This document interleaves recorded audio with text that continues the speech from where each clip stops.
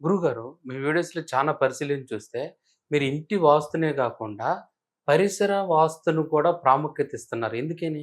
పరిసర వాస్తు చాలా ముఖ్యమండి. ఓకే. ఇప్పుడు ఒక వ్యక్తి ఎదుగుదలకు సామాజిక పరిజ్ఞానం చాలా ముఖ్యం అంటాను నేను. అవును. సామాజిక పరిజ్ఞానం అంటే ఒక డాక్టర్ ఉన్నాడు అనుకుందాం. చదువుకున్నాడు, జాబ్ వచ్చింది, ఉద్యోగం చేశాడు. ఫ్యామిలీలో డిస్టర్బెన్స్ వచ్చింది. సామాజిక పరిజ్ఞానం లేకుంటే ఏంటి? ఈ మధ్య ఒక లేడీ ఒక వైద్యురాలు ఆత్మహత్య చేసుకుంది. బికాజ్ ఆఫ్ సామాజిక పరిజ్ఞానం లేకపోవడమే. ఓకే. సామాజిక పరిజ్ఞానం లేకుంటే వాళ్ళు ఏం చేస్తే భార్య భర్తను చంపడం, భర్త భార్యను చంపడం కూడా సామాజిక పరిజ్ఞానం లేకపోవడమే.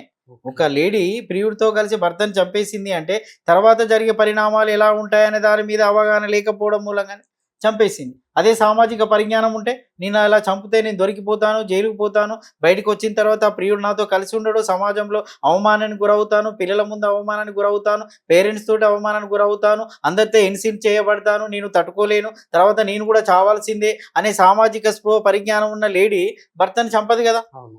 అంటే సామాజిక స్పృహ లేకపోవడమే. అందుకే నేను అదే అంటాను, చదువుతో పాటు ఎదుగుదలతో పాటు ఎవరికైతే సామాజిక స్పృహ ఉంటుందో వాళ్ళు బాగా ఎదుగుతారండి.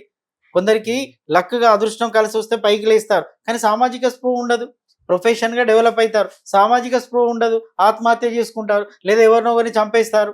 వాళ్ళని వాళ్ళు చంపుకుంటారు. ఇదంతా సామాజిక స్పృహ లేకపోవడం వల్లనే. అంటే సింగిల్ లైన్‌లో ఎళ్తారు గదా. అలాగే ఒక ఇంటికి పరిసర వాస్తు కూడా చాలా ముఖ్యమే. ఇప్పుడు పరిసరాలు లేదా నా ఇల్లు నేను వాస్తు సిద్ధాంతం ఇల్లును బ్రహ్మాండంగా కట్టుకుంటే పక్కే వాస్తుకు లేవనుకోండి. సో, నా సక్సెస్ ఉండదు. ఎందుకంటే పక్కయి కూడా అలా ఉన్నప్పుడు రిజల్ట్ ఎక్కువొస్తది. ఇప్పుడు 10 మంది పిల్లలు కలిసి చదువుతూ ఉంటే వాళ్ళని చూసి వీడు చదువుతాడు. అవును. వీడొక్కడే పుస్తక పఠన చేస్తూ ఉంటే అందరూ గోల గోల చేస్తూ ఉంటే వీడి మైండ్ కూడా డైవర్ట్ అవుతుంది. అవును. ఇప్పుడు జెన్యూస్ కూడా జీన్స్ కూడా చేంజ్ అయితాయి. పరివర్తనం చెందుతాయండి. అది సైన్స్ సబ్జెక్టు. ఇప్పుడు జెనెటిక్‌గా వాళ్ళ వంశపారంపర్యం వచ్చింది. చదవడము, బుద్ధిగా ఉండడం. కానీ వాడు లంగాలో కలిసాడనుకోండి అది అక్కడ ఏం పని చేయదు. ఇది మళ్ళా పరివర్తన చెందుతది. ఈ జీన్స్ పరివర్తన ఆ విధంగా మారిపోయి వాడు లంగగా తయారవుతాడు. ఓకే. అంటే ఆ లంగా 10 మందిలో కూర్చున్నప్పుడు ఆ జీన్స్ పరివర్తన చెంది మంచివాడిగా మారుతాడు. ఓకే. ఇది కూడా అంతే, పరిసర వాస్తు ఎఫెక్ట్ కూడా అంతే.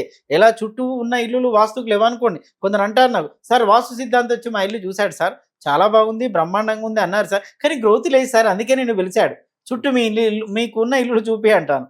ఏవి బాగుండవు. బాగున్నప్పుడు నీకెక్కడి నుంచి వస్తుంది? అలా కూడా ఉంటుందా సార్? ఇల్లు ఒక్కటి వాస్తు కట్టుకుంటే సరిపోతుంది అంటారు. అంటే మరి కట్టుకున్నావు కదా, రిజల్ట్ లేదంటున్నావు కదా. ఓకే. నువ్వు నీకు చెప్పిన వాస్తు సిద్ధాంతం ఎందుకు తిడుతున్నావా? తప్పు నీదే. నువ్వు ఉన్న కాలనీయే. అందుకే ఏమంటాను, లేఅవుట్ రోడ్లు బాగున్నాయనుకోండి మైండ్ బాగుంటుంది. కొందరు మంచిగా ఉన్న వాస్తు ఇల్లులు అన్నీ ఉన్నాయనుకోండి కోట్లు లక్షలు సంపాదిస్తారండి.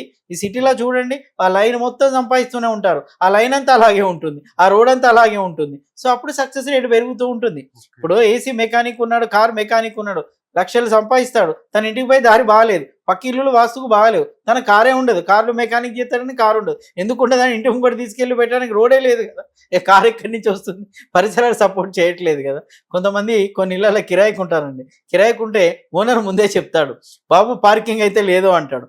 నా కారు లేదు సార్ అంటాడు.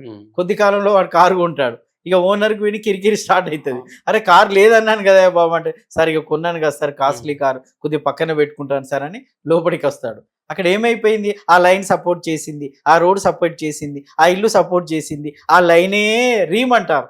కరణం మల్లేశ్వరి ఉన్న ఊర్లో ఉన్న వాళ్ళందరూ వెయిట్ లిఫ్టర్సే అయ్యారు. వెయిట్ లిఫ్టింగే అంటే ఆ ఏరియా అంతా రీమ్ అనమాట. మొత్తం అందరు అదే దారిలో వెళ్ళిపోయారు. అందరికి సపోర్ట్ చేసింది అనమాట. ఇది కూడా అలాంటిది. చుట్టూ పరిసరాల ప్రభావం ఉంటుంది. అంటే విద్యార్థి చదువుకునే దాని మీద ఉంటుంది. సో చుట్టూ ఉన్న అల్లర్ల ఇంట్లో ఉంటే నేను ఎంత శాంతి వ్యక్తినైనా నాలో కూడా కోపం వస్తుంది. ఏదో ఒక రోజు నాలో ఫైటింగ్ నేచర్ డెవలప్ అవుతుంది.